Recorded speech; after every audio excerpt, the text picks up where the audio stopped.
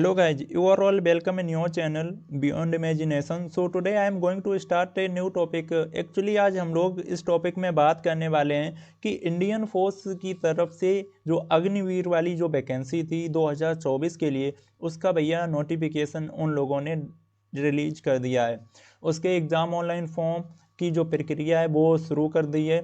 उन्होंने इस नोटिफिकेशन में जो जो बातें बताई हैं वो हम लोग इसमें देखने वाले हैं। जो इसकी अप्लाई ऑनलाइन की जो डेट है वो तुम्हारी डेट एक्टिव होने वाली है 17 जनवरी को, यानी कि अभी आपके पास अच्छे खासा टाइम है। अगर आपके पास कोई डॉक्यूमेंट नहीं है जो इसमें लगने वाला है, डीबी के लिए जो कैंडिडेट चाहते हैं कि 12th के पास सीधी हमें एयरफोर्स में जॉब चाहिए, तो आप इस प्रोसेस के थ्रू इसमें जा सकते हैं अग्निवीर के तरीके से। यहाँ पर लेकिन यार ड्रॉबैक ये ज़रूर रहता है कि भैया इन लोगों ने यार अग्निवीर की जो वैकेंसी की जो लिमिट है, जैसे ड्यूरेशन ऑफ सर्विस है, वो 4 साल की कर दी है।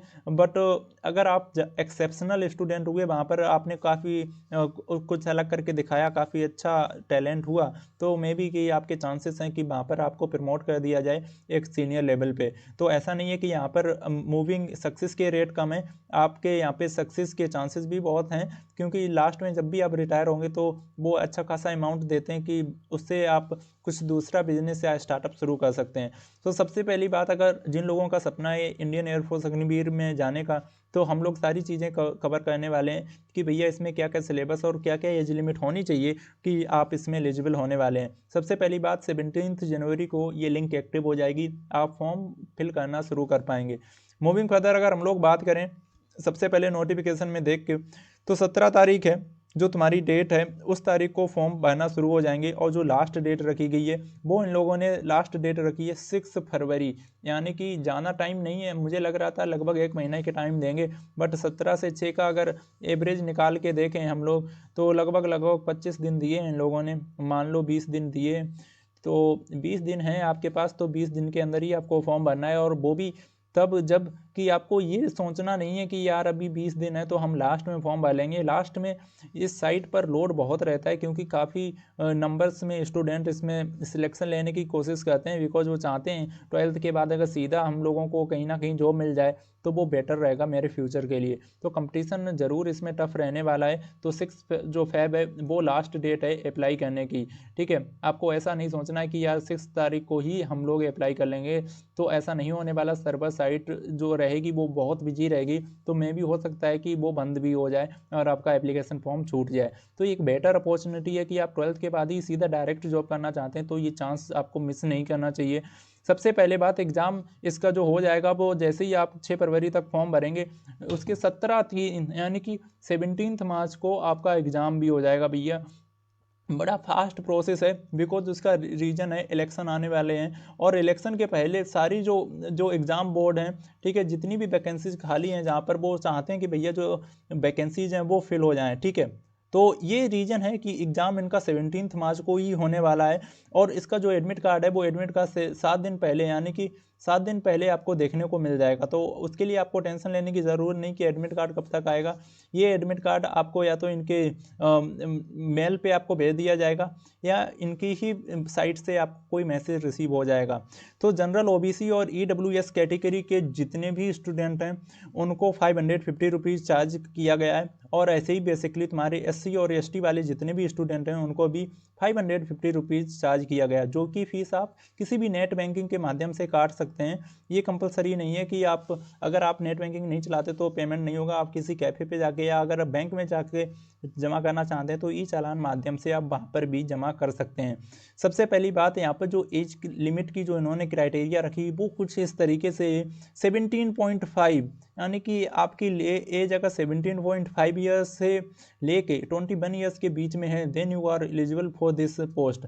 जैसे यहाँ पर एज का काफ़ी क्राइटेरिया इसमें वो मैटर करता है, बिकॉज ये जो जॉब है ना वो केवल 4 साल की है। 4 साल होने की वजह से यहाँ पर केवल यंग कैंडिडेट को लिया जाता है, जिसकी एज ज़्यादा होती है उनको वो लोग लेते ही नहीं है। तो आपकी एज अगर 2004 से 2004 से तुम्हारी 2007 के बीच में पड़ रही है, then you are eligible for this job, ठीक है।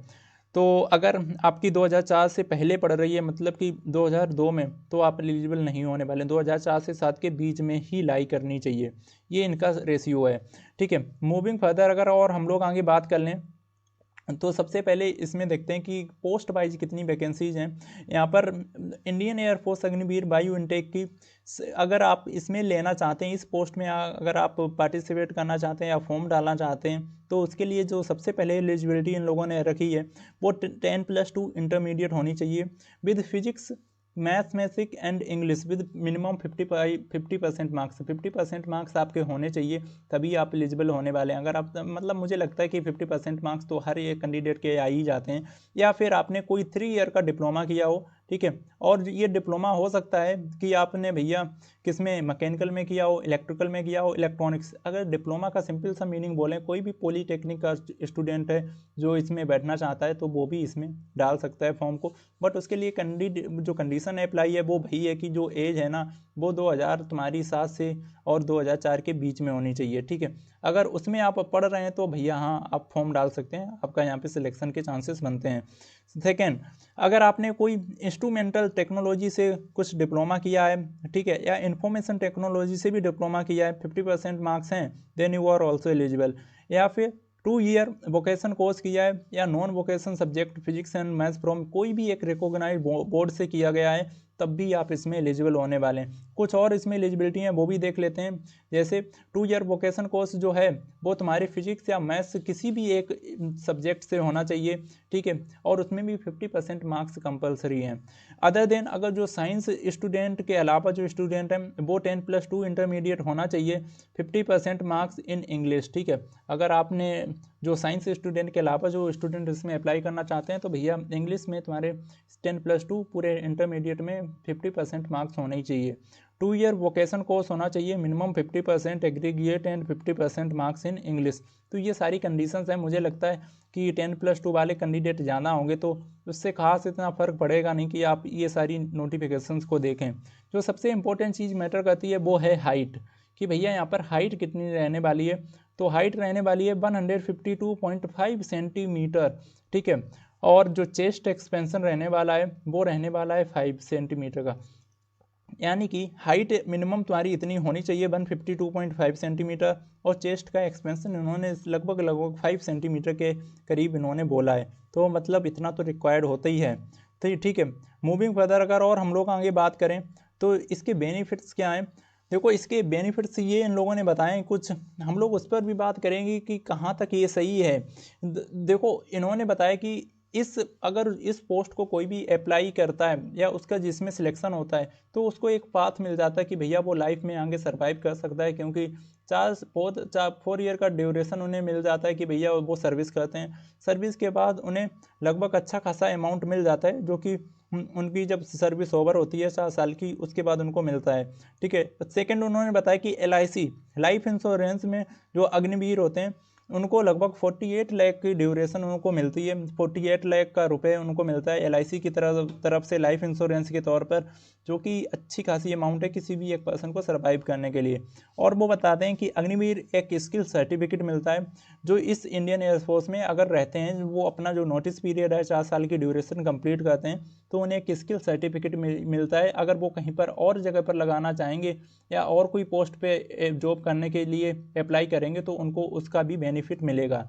उन्हें 30 दिन की एनुअल लीव मिलती है, सिक लीव भी मिलती है, मेडिकल एडवाइस अगर चाहिए तो वो भी मिल जाती है। Every year there will be some kind of benefit in the Agniveer scheme. मतलब कहीं ना कहीं इसमें उनको फैसिलिटी तो मिलती है, बट लास्ट में क्वेश्चन आकर वहीं रुकता है कि भैया क्या इससे काम होने वाला है, इससे काम होने वाला है। क्योंकि अगर आप बात करो कि यार इसमें जो ड्यूरेशन है वो जो 4 साल की ड्यूरेशन है, 4 ईयर की ड्यूरेशन है, ठीक है। लेकिन मैं बिल्कुल सजेस्ट करूंगा देखो यार आज के टाइम पे ना क्या है ना कि जॉब्स कहीं नहीं है, ठीक है, जॉब्स किसी को है नहीं, तो मोस्टली लोग क्या हैं, अनएम्प्लॉयमेंट हैं, ठीक है। जिनके पास भैया बेरोजगार हैं जो जॉब ही खोज रहे हैं इधर उधर।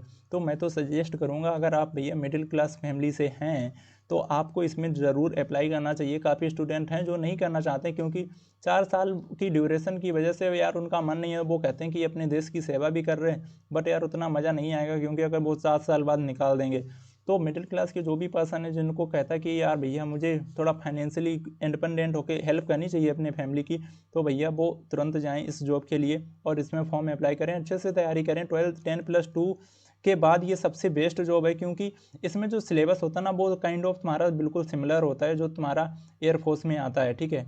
तो इसलिए तुम्हारे देखो 10+2 वाले बंदे के पास फ़ायदा क्या है, तुम्हारी मैथ्स है तैयार है, फिजिक्स तैयार है तुम्हारी, केमिस्ट्री तैयार है तुम्हारी, इंग्लिश तैयार है तुम्हारी, तो तुम्हें ज़्यादा मेहनत करने की ज़रूरत नहीं, बस प्रीवियस ईयर के कुछ पेपर देखने हैं, थोड़ी सी कमांड और तुम्हें इन सब्जेक्टों पे लानी है, तो तुम्हारा वहाँ पर काम ईजिली हो जाएगा।